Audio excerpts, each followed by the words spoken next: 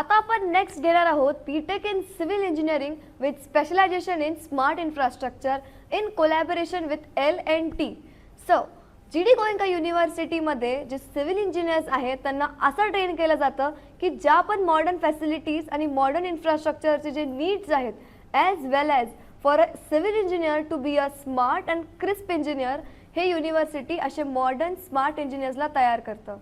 Civil इंजिनिअरिंगच्या वेगवेगळ्या कोर्सेसमध्ये मोठमोठ्या कंपनीज येतात, ज्याच्यामध्ये L&T तर कोलॅबोरेशनमध्ये आहेच, त्याच्यासोबतच DLF, टाटाचे ग्रुप, गोदरेज, इमार आणि अशाच वेगवेगळ्या मोठमोठ्या कंपनीज येतं.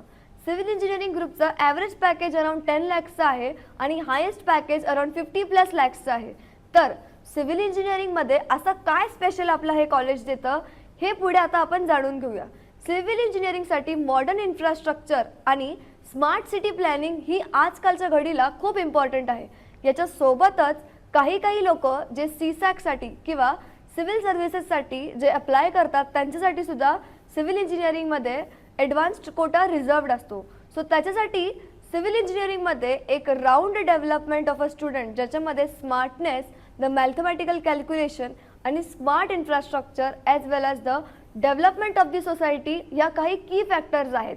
आणि सोबतच ज्या लोकांना सिव्हिल सर्व्हिसेससाठी प्रिपेअर करायचं आहे त्यांच्यासाठी सुद्धा सिव्हिल इंजिनिअरिंगची ही जी ब्रांच आहे ती खूप बेस्ट ब्रांच आहे.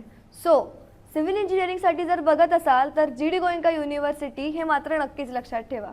As well as civil इंजिनिअरिंगसाठी foreign exchange प्रोग्राममध्ये मोठमोठ्या कंपनीज आणि मोठमोठे देशातले युनिव्हर्सिटीज जसं की USA, UK, London, Malaysia, France अशाच मोठमोठ्या देशांमध्ये जायची संधी मात्र नक्कीच मिळेल, ते पण काहीही एक्स्ट्रा फीस पे न करता.